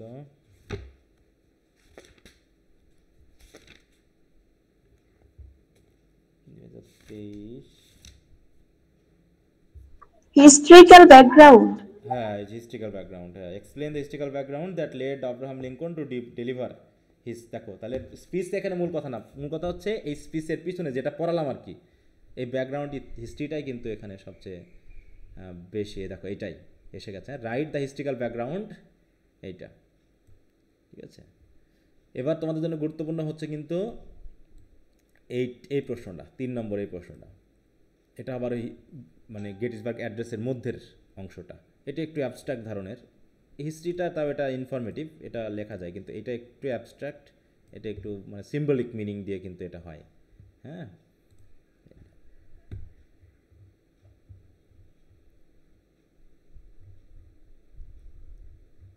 হিস্ট্রিক্যাল ব্যাকগ্রাউন্ড, আচ্ছা সমস্যা না। ওকে, তাহলে আমরা এখন অ্যাড্রেসটা শুরু করব। অ্যাড্রেসটা কীভাবে দেওয়া হয়েছিল সেটা আমরা একটু দেখি। তাহলে ব্যাটল অফ গেটিসবার্গে নিশ্চয়ই অনেকে মারা গেল, তাই না? এখানে 45 বা 46 দিয়ে দিই, ওভার যেহেতু লেখা হয়েছে 45 ঠিক আছে, সমস্যা না, ওভার অলমোস্ট। আচ্ছা, তাহলে দেখো আমরা একটু খেয়াল রাখি, তাহলে হলো জুলাই কত ব্যাটল অফ গেটিসবার্গ? জুলাই 1 শুরু হয়েছে। 1 to 3 জুলাই 1863, এই তো। তাহলে on November 19, 1863 president Lincoln deliver one. তাহলে আমেরিকান সিভিল ওয়ার কি শেষ হয়ে গেছিল না তখন চলছিল যখন বক্তব্যটা দেন? কি সবাই বুঝতে পেরেছি তো? আমেরিকান সিভিল ওয়ার চলছিল না শেষ হয়ে গেছিল? চলছিল, তাই না? হ্যাঁ, আমেরিকান সিভিল ওয়ার কিন্তু চলছিল, কারণ আমরা জানি ওটা 65-তে শেষ হয়েছে। তাহলে on November 19, 1863 president Lincoln delivers one of the most memorable speeches in history, in just 272 words. Lincoln brilliantly and movingly reminded of where very public why the nation had to fight, মানে যুদ্ধ কেন করতে হবে আমাদের, and win, কেন আমাদের জিততে হবে, যা সিভিল ওয়ার। তাহলে এখানে তিনি কিন্তু সিভিল ওয়ারের কথা বলছেন, যে সিভিল ওয়ার আমাদের কেন পরিচালনা করতে হবে এবং এই যুদ্ধে কেন আমাদের জিততে হবে। The speech was after the bloodiest battle, বিশেষ করে কোন ব্যাটলটা? The battle of Gettysburg, where in 3 days over 445,000 men were killed, injured, captured and went missing. এখানে শুধু দেখো ইউনিয়নের কথা বলা হয়েছে, কিন্তু ইউনিয়নকে ধরা হয়েছে, মানে ওরা যেহেতু শত্রু ওদের কাউন্ট কিন্তু করা হয়নি। The speech reflected his redefined belief that the American civil war was not just a fight to save the union, শুধু ইউনিয়নকে সেভ করার জন্য যে যুদ্ধটা তা নয়, but a struggle for freedom and equality for all, বরং এটা হচ্ছে স্বাধীনতা এবং সমতা, তাই তো একটা যুদ্ধ যেটা সকলের জন্য নিশ্চিত করার জন্য ব্যবহার করা হয়, মানে এই যুদ্ধটা পরিচালনা করা হয়েছিল। An idea Lincoln had not champion in years leading up to the war, তাই তো তিনি চেয়েছিলেন সকলের জন্য ফ্রিডম এবং ইকুয়ালিটি দান করার জন্য, কিন্তু তিনি আসলে এটাকে চ্যাম্পিয়ন করতে পারেননি। তাহলে যুদ্ধ হওয়ার পরেও, যুদ্ধ শেষ হলেও এটা কিন্তু সফল হয়নি, যদিও এখন মোটামুটি ব্ল্যাক পিপলরা স্বাধীনতা বা সব কিছু ভোগ করছে, তারপরেও মাঝে মাঝে দেখা হোয়াইট এবং ব্ল্যাকদের মধ্যে কী হয়, মাঝে মাঝে দ্বন্দ্ব বেঁধেই থাকে। হ্যাঁ, মানুষের মধ্যে ইগোইস্টিক প্রবলেমটা হচ্ছে সবচেয়ে বেশি মারাত্মক। তো দেখো অ্যাড্রেসটা কিন্তু খুব ছোট, তাই না? বেশি বড় না, কিন্তু বেশি বড় না ভাষণটা। তাহলে এ পর্যন্ত আমরা যা পড়লাম যে 1863 সালের 19 নভেম্বর আব্রাহাম লিঙ্কন এই ভাষণটা দেন। কী উদ্দেশ্যে যান? দুটো উদ্দেশ্য। একটা হচ্ছে আমরা যে সিভিল ওয়ার পরিচালনা করতেছি, এই সিভিল ওয়ারের উদ্দেশ্য কী, আমরা কেন সিভিল ওয়ার পরিচালনা করব। আরেকটা হলো কি, বিশেষ করে এখানে যারা মারা গেছে, হ্যাঁ, তাদের স্মৃতিস্মারক হিসাবে বা তাদেরকে স্মরণ করার জন্য একটা বিশেষ কিছু করার জন্য। হ্যাঁ, তো দেখো আমরা যদি গ্রেভিয়ার্ডটা একটু দেখি তাহলে আমরা বুঝতে পারবো। এখানে দেখো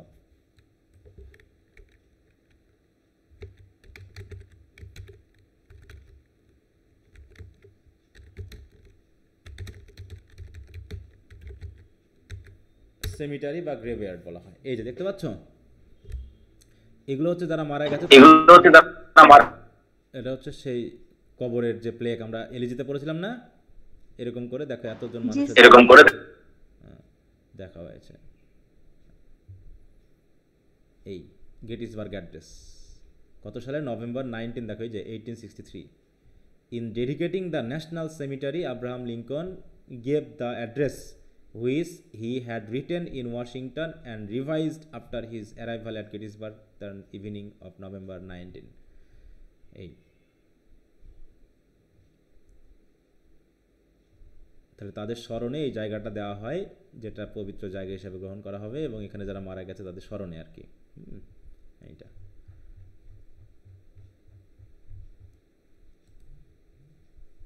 তাহলে এটা বলা হয় কি, গেটিসবার্গ ন্যাশনাল সেমিটারি বলা হয়। হ্যাঁ, অরিজিনাল নাম হচ্ছে কি, সোলজার্স ন্যাশনাল সেমিটারি। এটা হচ্ছে অরিজিনালি কল্ড।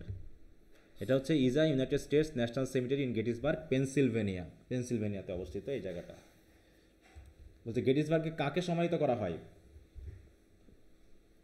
দেখো এখানে এই যে এই পরিমাণটা নিয়ে অনেক জায়গায় অনেক রকম ইতিহাসের কম বেশি আছে, ওটা আমাদের মনে না রাখলেও চলবে, এটা কিছু দিলে হবে। হচ্ছে গেটিসবার্গ জাতীয় কবরস্থান হলো গেটিসবার্গের যুদ্ধে প্রাণ হারানো 3500 জনেরও বেশি মার্কিন সৈন্যের, সেই সাথে গৃহযুদ্ধ পরবর্তী 3307 জন মার্কিন সৈন্য এবং প্রবীণ সৈনিকদের শেষ সমাধিস্থল। এটা সৈনিকদের জন্য বা সেনাবাহিনীর যারা ছিল তাদেরকে দেখানো হচ্ছে। ঠিক আছে,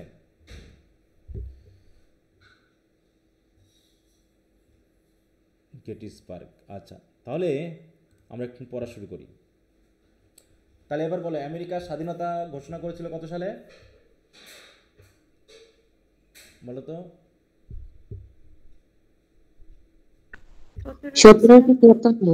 1776 সালে। আর আব্রাহাম লিঙ্কন ভাষণ দিলেন কত? 1863। তার মানে প্রায় কত? 80 বছর, 80, তাই তো? 80, 87 বছর, 87 বছর পুরা। 87 বছর, কারণ 60 হলে হচ্ছে 84, ওর সাথে আরও 3 বছর, তাহলে হচ্ছে কত? 87 বছর। তাহলে এই কথা তিনি এখানে বলছেন। দেখো, 4 স্কোর মানে কি? প্রতি স্কোর মানে 20, তাহলে 4 স্কোর মানে হচ্ছে 80 অ্যান্ড 7 ইয়ার্স, তাহলে কত হচ্ছে টোটাল?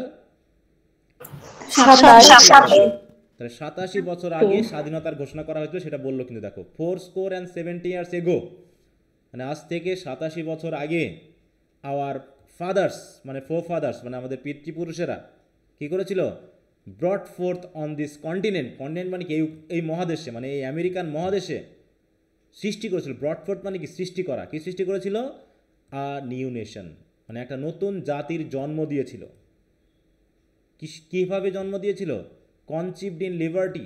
কনসিভড মানে কি, জন্মের আগে গর্ভ ধারণ করে না, ওইভাবে একটা দেওয়া হয়েছে, রূপ দেওয়া হয়েছে, মানে বার্থ। যে কনসিভড ইন লিবার্টি মানে স্বাধীনতার উদ্দেশ্যে। কাদের বিরুদ্ধে স্বাধীনতা ঘোষণা করা হয়েছিল বলো তো? হ্যাঁ, ব্রিটিশদের বিরুদ্ধে। তাহলে ব্রিটিশদের বিরুদ্ধে স্বাধীনতা যুদ্ধ ঘোষণা করার মাধ্যমেই একটা নতুন জাতির জন্ম হয়েছিল, এবং সেই জন্মগ্রহণ করা জাতির উদ্দেশ্য কী ছিল? Dedicated to the proposition that all men R created equal.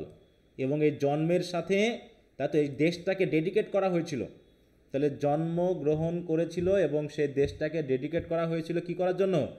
এই প্রস্তাবনা ডেডিকেট করা হয়েছিল যে সকল মানুষ এখানে স্বাধীনভাবেই থাকবে, কারণ সকলে স্বাধীনভাবে equally created. All men are equally created, হ্যাঁ, বা অল মেন আর ক্রিয়েটেড ইকুয়াল, সবাইকেই সমানভাবেই সৃষ্টি করেছে গড।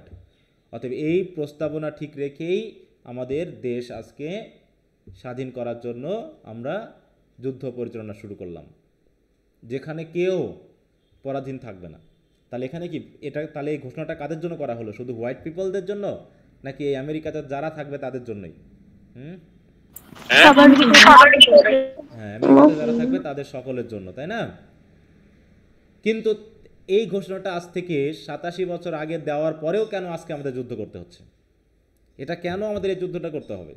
কারণ আমরা তো অলরেডি ভেবেই নিয়েছি যে আমরা সকলে স্বাধীনভাবে, কারণ একটা সংবিধান তৈরি করা হলো, সেই সংবিধানে নিশ্চয় বলা হয়েছে যে আমেরিকার সকল মানুষ স্বাধীনভাবেই বসবাস করবে।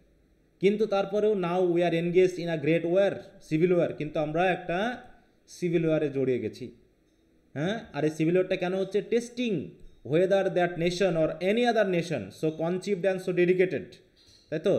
এই যে কনসেপ্ট মানে কি? লিবার্টির মাধ্যমে কনসেপ্ট হওয়া আর ইকুয়ালিটির প্রতি ডেডিকেট করে দেওয়া, এই জাতি কি করতে পারে? ক্যান লং এন্ডিওর, মানে কি? টেস্ট করা, মানে এই যুদ্ধটা হচ্ছে এক ধরনের টেস্ট। কিসের টেস্ট? এই জাতি, এই যে that nation can longer endure, এই জাতি বেশি দিন টিকতে পারবে কি না, মানে আমাদের মধ্যে একতা এখনও আছে কি না? আমরা যে একতা দিয়ে দেশটাকে স্বাধীন করেছিলাম, আমরা যে সকলের সমতার উপর ভিত্তি করে দেশের প্রস্তাবনা তৈরি করেছিলাম, দেশের সংবিধান তৈরি করেছিলাম, সেই সংবিধান মতে এবং সেইভাবে জন্মগ্রহণ করা জাতি টিকে থাকতে পারে কি না, তার একটা টেস্টিং হিসেবেই আসলে এই সিভিল ওয়ারটা চলছে। ঠিক আছে তো? কি কথা বোঝা গেল? জি sir. We are met on a great battle field of that war, তাহলে ওই যুদ্ধের একটা বড় ব্যাটল ফিল্ডে আজকে আমরা চলে এসেছি। তাহলে আমেরিকান সিভিল ওয়ার যে 5 বছর হয়েছিল, এই 5 বছরের মধ্যে বড় যুদ্ধটাই হয়েছিল এই গেটিসবার্গে। তাই বলছে সেই সিভিল ওয়ারের একটা গ্রেট ব্যাটল ফিল্ডে আজকে আমরা সমবেত হয়েছি। মেট অন মানে কি? সমবেত হওয়া, একত্রিত হওয়া। কি কারণে এসেছি আমরা? একটু খেয়াল রাখবা, কি কারণে এসেছে? উদ্দেশ্য হচ্ছে কি? We have come to dedicate a portion of that field, যে ওই ফিল্ডের একটা অংশকে ডেডিকেট করে দেওয়ার জন্য। কি হিসাবে? As a final resting place for those who here give their lives, তাই তো? হ্যাঁ, যে যারা ওই যুদ্ধে তাদের জীবন দিয়েছিল, তাই তো, তাদের জন্য ফাইনাল রেস্টিং প্লেস হিসাবে। ফাইনাল রেস্টিং প্লেস মানে হচ্ছে কি? সমাধিস্থল হিসাবে, নাকি? তারা কেন জীবন দিয়েছিল? দ্যাট নেশন মাইট লিভ, মানে আমাদের এই জাতিটা যেন বেঁচে থাকতে পারে, টিকে থাকতে পারে, তার জন্য যারা তাদের জীবন দিয়েছিল, তাদের ফাইনাল রেস্টিং প্লেস হিসাবে এই ফিল্ডের একটা অংশকে আমরা তাদের উদ্দেশ্যে উৎসর্গ করে দিতে এসেছি। ঠিক আছে তো? It is altogether fitting and proper that you should do this. হ্যাঁ, এবং এটা যে আমাদের করা উচিত, তাই তো, এটা অবশ্যই সব কিছু মিলে আসলে উপযুক্ত এবং যথাযথ হয়েছে, যে আমরা একটা এই ফিল্ডের একটা অংশকে আমরা অন্তত তাদের ফাইনাল রেস্টিং প্লেস হিসাবে কি করতে পেরেছি? উৎসর্গ করে দিতে পেরেছি। এটা কারণ এটা আমাদের জন্য দরকার, কারণ তারা তাদের জীবন উৎসর্গ করে দিয়েছে। আর তাদের স্মৃতিস্মারক হিসাবে বা তাদের ফাইনাল রেস্টিং প্লেস হিসাবে ছোট একটা জায়গা দিতে পারবো না, তা তো হয় না। তাই আমরা এসেছি তাদের প্রতিদানের উদ্দেশ্যে একটা ছোট অংশকে তাদের সমাধিস্থল হিসাবে, কি স্মৃতিস্থল হিসাবে কি করে দেওয়ার জন্য? উৎসর্গ করে দেওয়ার জন্য। কি কথা বোঝা গেল? তাহলে এটা কাদের জন্য হবে? যারা তাদের জীবন দিয়েছে এই গেটিসবার্গ এর এই যুদ্ধে বা ব্যাটলে। ঠিক আছে তো? কিন্তু বলছে but in the larger sense we can not dedicate, কিন্তু সত্যিকার অর্থে যদি বলতে হয়, আমরা তো ডেডিকেট করতেই পারি না। আমরা কি ডেডিকেট করতে পারি? কারণ অলরেডি তারা ডেডিকেট করে দিয়েছে। তাদের উৎসর্গকে আমরা তাহলে ছোট করে ফেলবো যদি আমরা মনে করি তাদেরকে আমরা দান করতেছি। হ্যাঁ, কারণ তাদের দানটা দেখো, we can not consecrate, we can not hallow, মানে কি? তারা যা করেছে সেই অনুপাতে আমরা আসলে তাদের জন্য কিছুই করতে পারি না, প্রতিদান দিতেই পারি না। বলে না যে ধন্যবাদ দিয়ে ছোট করা হচ্ছে, তাই না? কনসেক্রেট মানে কি? কনসেক্রেট মানে হচ্ছে পবিত্রকরণ করা, তাই তো? দেখো, স্যাক্রেড বলে ঘোষণা করা। দেখো, make or declare something sacred, হ্যাঁ, বিশেষ করে পবিত্র উদ্দেশ্যে। তার মানে তাদেরকে আমরা পবিত্র করতে পারি না। এই যে হ্যালো মানে একই সেন্স, কিন্তু এই হ্যালো মানেও কিন্তু পবিত্রকরণ করা। দেখো, অনার অ্যাজ হলি, তাই তো? হলি হিসাবে, মানে তারা তো অলরেডি পবিত্র হয়ে গেছে, আমরা নিজেরা গিয়ে এই গ্রাউন্ডকে পবিত্র করতে পারি না, কারণ তাদের রক্ত দিয়ে তারা অলরেডি এই মাটিকে, এই স্থানটাকে তারা পবিত্র করে ফেলেছে। The brave men living and dead, বলছে অনেক সাহসী ব্যক্তি, অনেকে মারা গেছে, অনেকে এখনও জীবিত আছে, তারা কি করেছে? হু স্ট্রাগলড হেয়ার, যারা এখানে সংগ্রাম করেছিল, হ্যাভ কনসেক্রেটেড ইট, তারা অলরেডি তাদের রক্ত দিয়ে এটাকে পবিত্রকরণ করে ফেলেছে। অতএব পবিত্র করার ওই জায়গাটাতে ওই পবিত্রকরণ কমানো বা বাড়ানোর ক্ষমতা far above our poor power to add or detract. তাহলে যে পবিত্রকরণ তারা করেছে, এই জায়গাকে তারা যে মানে কি কি বলবো, কি বলা যায়, পরিশুদ্ধ করেছে। এই পরিশোধন আমরা নষ্টও করতে পারবো না, বা এই পরিশোধনটাকে আমরা ডিটেক্ট বা কমাতেও পারবো না, কারণ সেটা আমাদের কি ক্ষমতার অনেক উপরে, far above our power, poor power. The world will little note, হয়তো পৃথিবী খেয়ালই করবে না, হ্যাঁ, অথবা nor long remember what we say here, হ্যাঁ, অথবা আমরা আজকে এসেছি এখানে আমরা যা যা বলবো এই কথা হয়তো স্মরণই রাখবে না পৃথিবীর মানুষ, হ্যাঁ, কিন্তু but it can never forget what they did here, কিন্তু এই মানুষগুলো যারা এখানে সমাহিত হয়েছে বা যারা এখানে জীবন দিয়েছে, ঠিক আছে তো, তাদেরকে কেউ ভুলবে না। কিন্তু আমরা এখানে কি বলতেছি, কি করছি, এটা সবাই কিন্তু ভুলে যাবে, কিন্তু তাদের যে কাজ তারা করেছে, তাদের যে উৎসর্গ তারা করেছে, এটা কিন্তু কেউ ভুলে যাবে না। It is for us the living, বরং এটা হচ্ছে আমরা যারা জীবিত আছি তাদের দায়িত্ব কি করা, to be dedicated here to the unfinished work which they who fought here have thus far so nobly advanced. অতএব এখানে তারা যারা যুদ্ধ করে গেছে, এই যুদ্ধের মাধ্যম দিয়ে মহৎ উদ্দেশ্যে বা মহৎভাবে যে দায়িত্বটা তারা দিয়ে গেছে, যে আনফিনিশ কাজটা তারা আমাদেরকে দিয়ে গেছে, সেটাকে ফিনিশ করাই হচ্ছে কি আমাদের ডেডিকেটেড হওয়া উচিত, মানে আমাদের ওই কাজে ডেডিকেটেড হওয়া উচিত। তাহলে তারা এখানে যুদ্ধ করার মাধ্যমে জীবন দিয়ে মহৎ উদ্দেশ্যে যে কাজটা আমাদের জন্য দিয়ে গেছে, সেই আনফিনিশ কাজটাকে ফিনিশ করার জন্যই আমাদেরকে এখানে ডেডিকেট হওয়া উচিত। কি কথা বুঝতে পেরেছ? হ্যাঁ। জি sir. It is rather for us to be here dedicated to the great task remaining before us. অতএব আমাদের সামনে যে বিশাল টাস্ক পড়ে আছে, হ্যাঁ, great task remaining before us, আমাদের সামনে পড়ে আছে যে বিশাল কাজ, এই কাজটাকে ফুলফিল করার জন্যই বরং আমাদেরকেই কি করতে হবে, এখানে ডেডিকেটেড হতে হবে। তাহলে এখানে কি কি কাজ পড়ে আছে আমাদের জন্য, দেখো দ্যাট দিয়ে বলা আছে, এই একটা দ্যাট, কি কি কাজ তার এক একটা করে দ্যাট দিয়ে বলা আছে কিন্তু, হ্যাঁ, এটা একটা, তারপরে এটা একটা, তারপরে এটা একটা, আর এইখানে একটা, টোটাল 4টা কাজের কথা বলা আছে, বা বিশেষ 4টা সেন্সের কথা বলা আছে। কীভাবে দেখো, তাহলে আমাদের যে বিশাল কাজ পড়ে আছে সেই কাজটাকে আমরা কিভাবে সমাধান করতে পারি, বলছে ফ্রম দিস অনার ডেড, যারা এখানে সম্মানের সহিত মৃত্যুবরণ করেছে, we take increase devotion to that cause for which they gave the full measure of devotion. হ্যাঁ, তাহলে আমাদের উচিত তাদের ফুল মেজার অফ ডিভোশন দিয়ে, তাদের মানে কি বলো আত্মিক শক্তি দিয়ে, তাদের সর্বোচ্চ মানে কি বলবো তাদের সর্বোচ্চ একাগ্রতা দিয়ে, তারা যে কজটা আমাদের জন্য দিয়ে গেছে সেই কজের উদ্দেশ্যে যেন আমরাও আমাদের ডিভোশনটা বাড়িয়ে ফেলতে পারি। এটা একটা কাজ, যে যারা সম্মানের সহিত মারা গেছে এবং মৃত্যুবরণের মাধ্যমে তারা আমাদের কাছে যে কাজটা দিয়ে গেছে, সে কাজের জন্য তারা যে ডিভোশন দিয়েছিল তার থেকে বেশি ডিভোশন এখন আমাদের দেওয়া উচিত। আর একটা কী কাজ, উই হিয়ার হাইলি রিজলভ, যেখানে এসে আমাদের প্রতিজ্ঞা করা উচিত, that this dead shall not have died in vein, তারা তাদের মৃত্যু যেন বৃথা না যায়। আমাদের এখানে প্রতিজ্ঞা করতে হবে যে আমরা যেন কি তাদের মৃত্যুটাকে বৃথা যেতে না দিই। ঠিক আছে তো, বুঝতে পেরেছ? We here highly resolve dead shall not have died in vain, আর কি that this nation under God shall have a new birth of freedom. এবং আর একটা জিনিস কী করতে হবে, যে আমরা এমনভাবে দেশকে গড়ে তুলব যাতে মনে হয় যে গডের অধীনে বা সৃষ্টিকর্তার আশীর্বাদে আমরা একটা নতুন জন্ম পেয়েছি, স্বাধীনতার একটা নতুন জন্ম পাই। এবং শেষ পর্যন্ত কী হতে হবে, and that government of the people by the people and for the people shall not perish from the earth. এবং শেষ পর্যন্ত আমেরিকার, তাই তো, যে বিশেষ মানে কি বলবো একটা স্লোগান, যা বা বিশেষ যে একটা প্রপোজিশন, যে গণতন্ত্র, হ্যাঁ, গণতন্ত্র মানে কি, সেই সরকার, যে সরকার ব্যবস্থা হচ্ছে জনগণের সরকার ব্যবস্থা, জনগণের দ্বারাই সৃষ্ট, জনগণের জন্য। দেখো, the government of the people মানে কি, জনগণের সরকার, কাদের দ্বারা গঠিত, বাই দ্য পিপল, জনগণের দ্বারাই গঠিত। আর ফর দ্য পিপল মানে কি, জনগণের জন্য। তাহলে হচ্ছে জনগণের দ্বারা গঠিত, জনগণের সরকার, জনগণের জন্য, তার মানে সব কিছু জনগণের দ্বারা, জনগণের জন্য। অতএব এই যে ধারণাটা, এটা যেন পৃথিবী থেকে পুরোপুরি হারিয়ে না যায়, ধ্বংস না হয়ে যায়। ঠিক আছে তো, এর জন্য আমাদেরকে কি করতে হবে, এখানে ডেডিকেট করে দিতে হবে নিজেদেরকে। মানে আমরা যেন ওই কাজটা ঠিকমতো করতে পারি।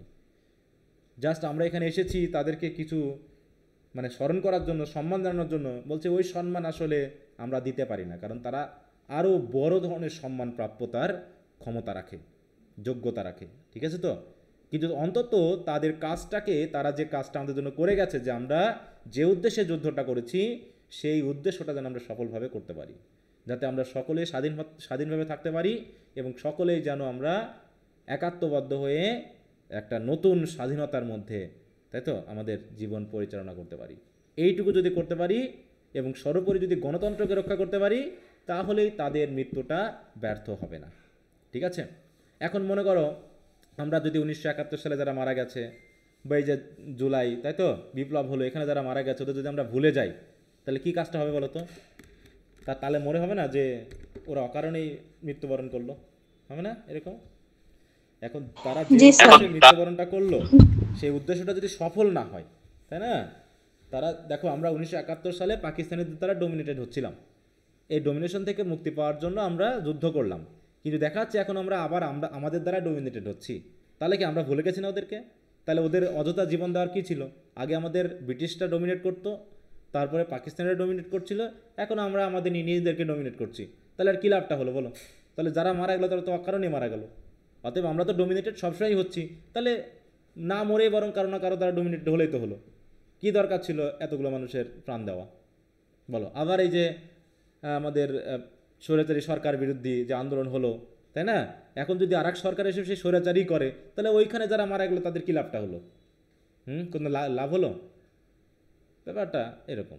তাই বলছে তারা যে উদ্দেশ্যে মারা গেছে সেই মৃত্যুটা যাতে সফল হয়, যে তারা মরে গিয়ে আমাদের জন্য একটা যা কাজ করে গেছে এটা আমরা সঠিকভাবে কি করতে পারছি, অন্তত আমরা সেটাকে যত্ন করতে পারতেছি, সেটাকে সফল করতে পারতেছি, তাহলেই এই সকল মানুষের মৃত্যুটা সফল হবে, তাছাড়া হবে না। কি বোঝা গেছে? জি স্যার। জি স্যার। তাই এই হচ্ছে আমাদের আজকের আলোচনাটা। তোমাদের বইয়ে এই বিষয় নিয়ে যে ছোটো ছোটো নোটগুলো আছে সেগুলো একটু ভালো করে পড়ে নিবা। যদি সমস্যা থাকে তো আগামীকাল আলোচনা করব। তো আগামীকালকে আমরা আই হ্যাভ আ ড্রিম ওই প্যাসেজটা পড়বো, ঠিক আছে তো? ওই ভাষণটা জি পড়বো। স্যার। ওর সাথে যেহেতু একটু লিঙ্ক আছে, এই জন্য এটা পরে থাকলেও আমরা একটু আগে পড়ে নিব, কারণ এই কথা এই সেন্সের সাথে এই সেন্সটা একটু মিল আছে। তারপরে আমরা লং ওয়াক টু ফ্রিডম পড়বো, তারপরে letter to Lord transport, shooting and elephant পড়বো, কারণ এই তিনটা একই সেন্সের। হ্যাঁ, Gettysburg address, I have a dream এবং লং ওয়াক টু ফ্রিডম, এখানেই হচ্ছে ডমিনেশন, স্বাধীনতা যুদ্ধ, এই বিষয়গুলো।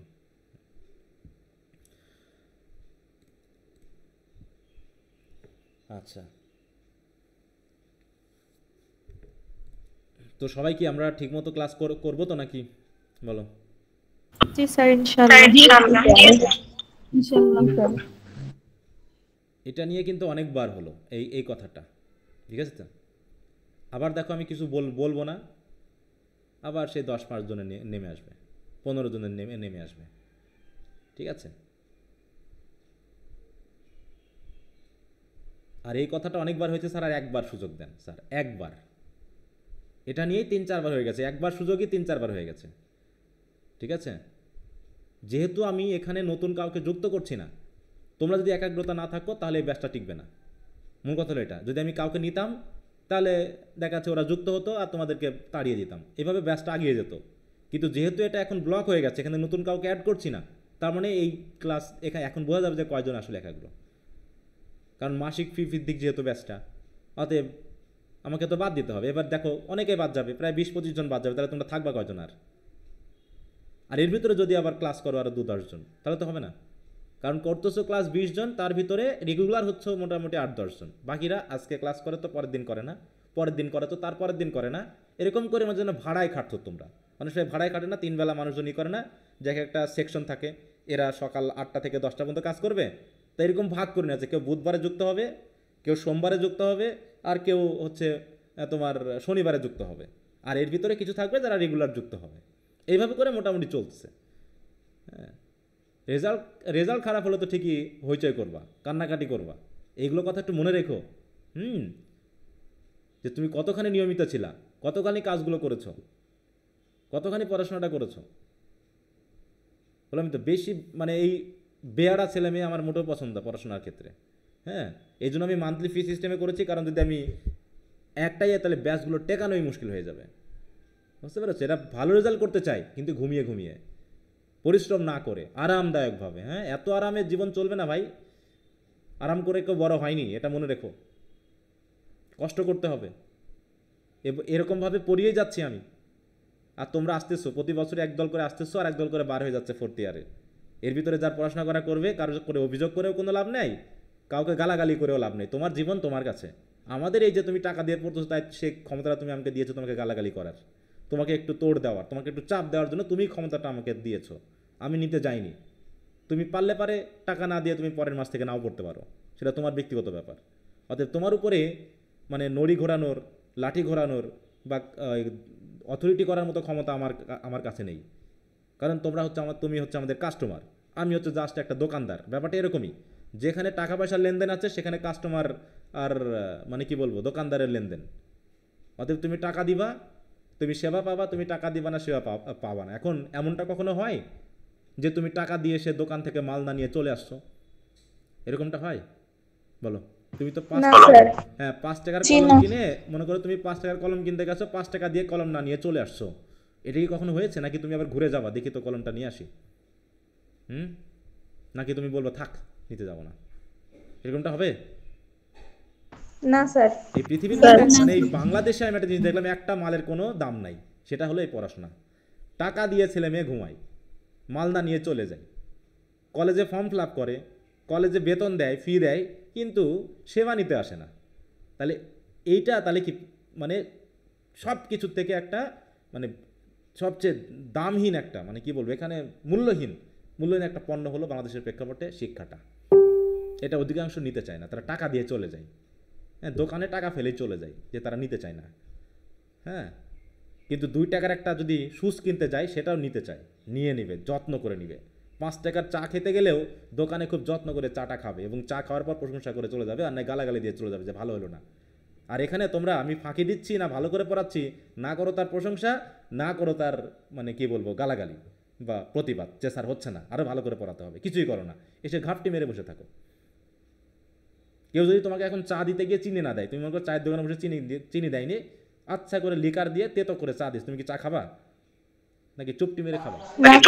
হ্যাঁ, চুপ করে খেয়ে চলে যাবা টাকা দিয়ে, এরকম কিছু? নাকি তুমি তাকে বকাঝকা করবে, এটা হচ্ছে না, এটা খাবো না, আবার দে, চিনি দে, এই দে, বকাঝকা করবে। কিন্তু এখানে কি হচ্ছে, ঘাপটি মেরে বসে আছো সবাই, বুঝছো কি বুঝছো না, ক্লাস করবা কি করবা না তা না। গ্রুপ থেকে রিমুভ করলে ঠকি সবই এবার মেসেজ দেবে, স্যার আপনি কেন গ্রুপ থেকে রিমুভ করলেন? 1 মাস 2 মাস চলে গেছে, কথা নাই, রিমুভ করলে পরে তখন শোনো, হ্যাঁ স্যার আমাকে রিমুভ করে দিয়েছেন। আরে বাবা, তুমি তো ক্লাসই করো না, তুমি তো টেস্টগুলোও দেয় না, তোমাকে হোমওয়ার্ক দিলে তুমি দাও না, আমি বুঝবো কেমন করে যে তুমি সাথে আছো আমার? এটা তো অনলাইন, সামনে আসলে তো আমি বুঝতে পারতাম যে এ আছে এ নাই। আবার অনেকে আছো যারা তোমরা মোবাইলে জাস্ট চালিয়ে রেখে যে স্যার আবার কি বলে, হ্যাঁ ঘুমিয়ে পড়ছো। যাই করো ভাই, মাস শেষে সময় শেষে পরীক্ষা দিতে হবে, রেজাল্ট যা হবার তাই তোমাকে ভোগ করতে হবে, কিচ্ছু করার নাই। আর এ হইচই আমি প্রত্যেক ব্যাচেই করি, এটা যেহেতু আমাকে একটা দায়িত্ব দিয়েছো তুমি 1 মাসের জন্য, তুমি পরের মাসে দায়িত্বটা আমাকে নাও দিতে পারো, তোমাকে গালিগালার করার কিছু থাকবে না আমার। অতএব আমরা কথা বলে যাব, আর তোমরা তোমাদের মতো বুদ্ধিমান মতো জীবন চালিয়ে যাবা, শুধু রেজাল্টের পরেই বুঝতে পারবা তুমি কতখানি বুদ্ধিমান ছিলা।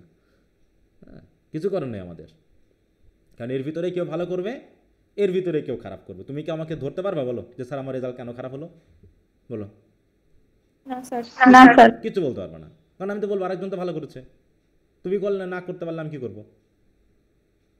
তুমি পড়াশোনা করোনি তাই ধরলে বলে দিব, কেউ তো কারো কাছে তুমি আলটিমেটলি তুমি ক্ষতির শিকার হবা। এখানে আমাদের কিছু আমি তো 500 টাকা নিয়ে নিচ্ছি, অথচ তুমি পড়লা না পড়লা এইভাবে চালিয়ে যেতাম। কিন্তু আমার দায়বদ্ধতা আমাকে দেখতে হয় যে না, ও কেন একাগ্র হচ্ছে না, ও কেন আসতেছে না, এটা আমাকে দেখতে হবে।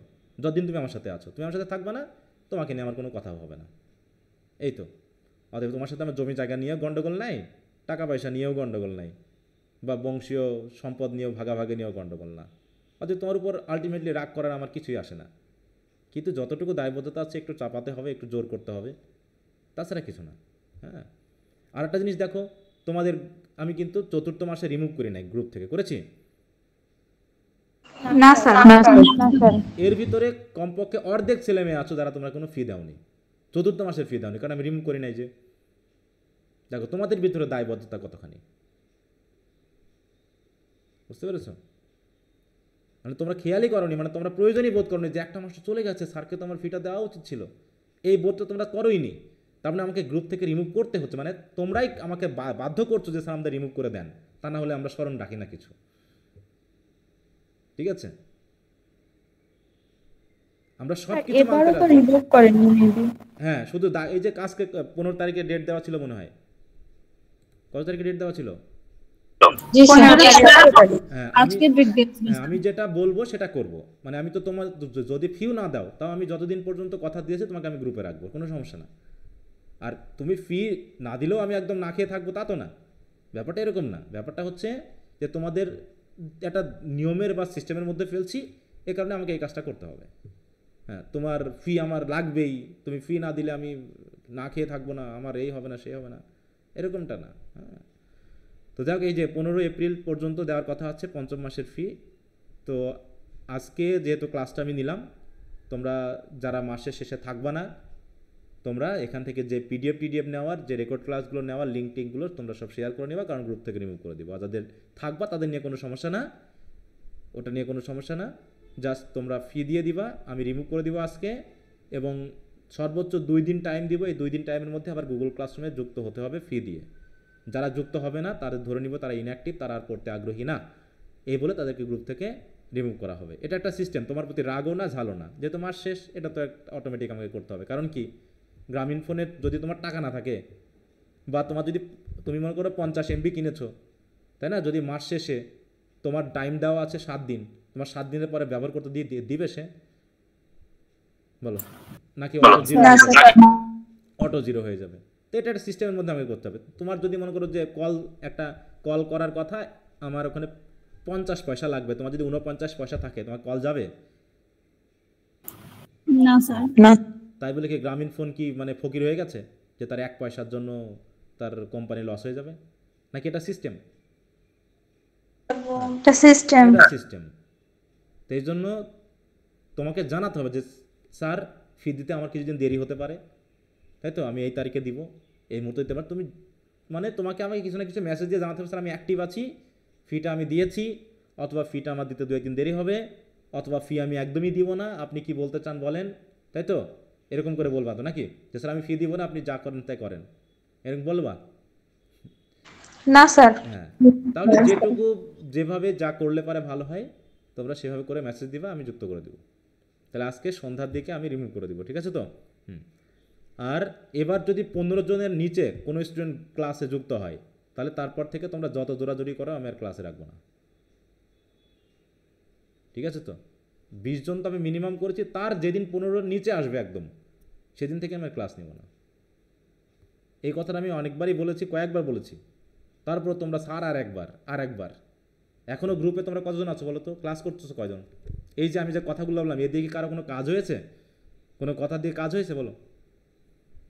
দেখো, এই যে আছো 64 জন, ক্লাস করতেছো কয়জন আজকে শেষ পর্যন্ত? আছো কয়জন? 25 জন। 32 জন মনে হয়। হ্যাঁ, 25 জন আছো। 25 জন না, তোমরা আছো হচ্ছে আমি 2 জন আছি, তো আমি 2 জন বাদ দিলে আছো 23 জন আছো। তাহলে আমি যে কথাগুলো বললাম এগুলো তারা শোনার প্রয়োজন মনে করলো না, এই কথাগুলো শুনবে না। শেষ পর্যন্ত যে আমি কথা বলি, আমি তোমার এখানে কেন থাকবো অযথা বলো তো? তোমার সাথে আমি অযথা কেন সময় নষ্ট করবো? আমি যতক্ষণ আছি ততক্ষণ তোমার ক্লাসে থাকা উচিত, কারণ আমি কিছু না কিছু কথা বলবো, যে কথাগুলো তোমার জানা উচিত। এই যে কথাগুলো আমি জানাবো, মেসেজে বলবো, কিন্তু কোনো জায়গায় তুমি খেয়াল করবে না, না মেসেজগুলো পড়বা, না তুমি ক্লাসগুলো করবা, ঠিকই দেখাচ্ছে নির্বোধের মতো যা খুশি তাই করবা। হ্যাঁ, অতএব না জানা কিন্তু একটা ইগনোরেন্স ইজ আ সিন বলা হয়ে থাকে। তুমি জানোনি মানে তোমার ক্ষতি হবে, এটা তোমার জন্য পাপ, তোমার জন্য ক্ষতিকর।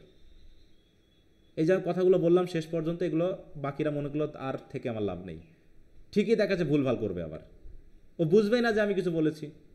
হ্যাঁ, বাঙালির স্বভাবের সমস্যা আছে, বুঝতে পারছো? এরা ইনস্ট্রাকশন মানে না, এরা না পড়েই প্রশ্নের উত্তর দেয়, প্রশ্ন না পড়েই উত্তর দেয়, উত্তর না পড়েই তারা প্রশ্নের উত্তর লেখে। এটা একটা আমাদের সমস্যা, প্রচুর সমস্যা।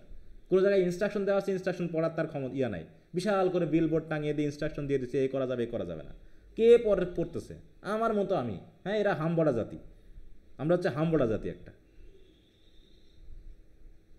শেষ পর্যন্ত আমাদের সমস্যা আমাদেরই।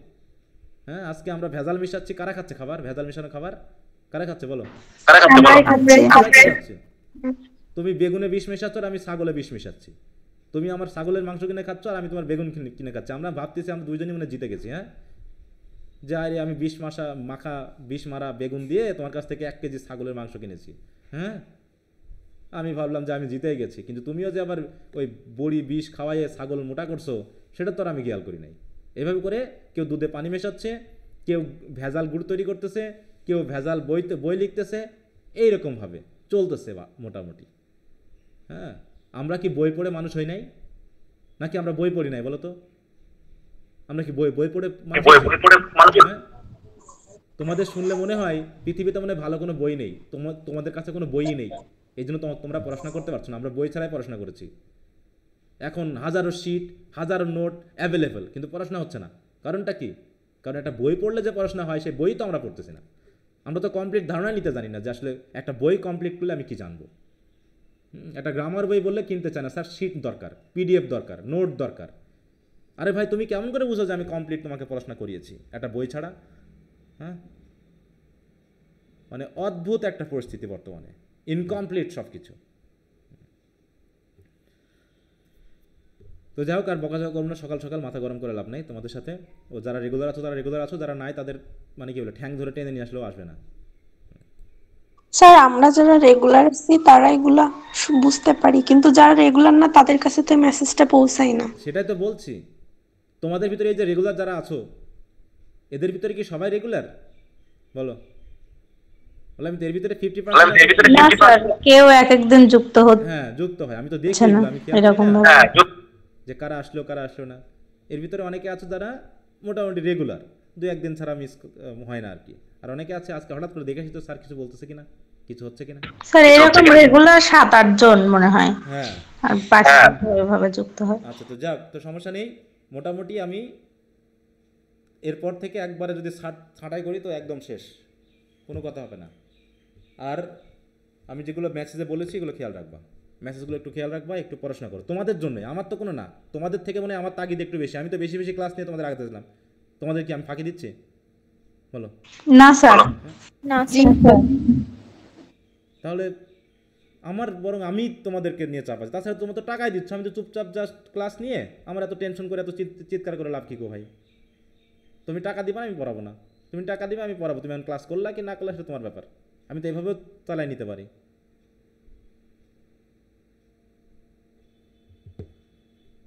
আচ্ছা, তো ঠিক আছে, সবাই ভালো করে পড়াশোনা করবা, যে পড়াগুলো দিয়েছি এগুলো করে নিবা। হ্যাঁ, ওকে, বাই। আসসালামু আলাইকুম স্যার।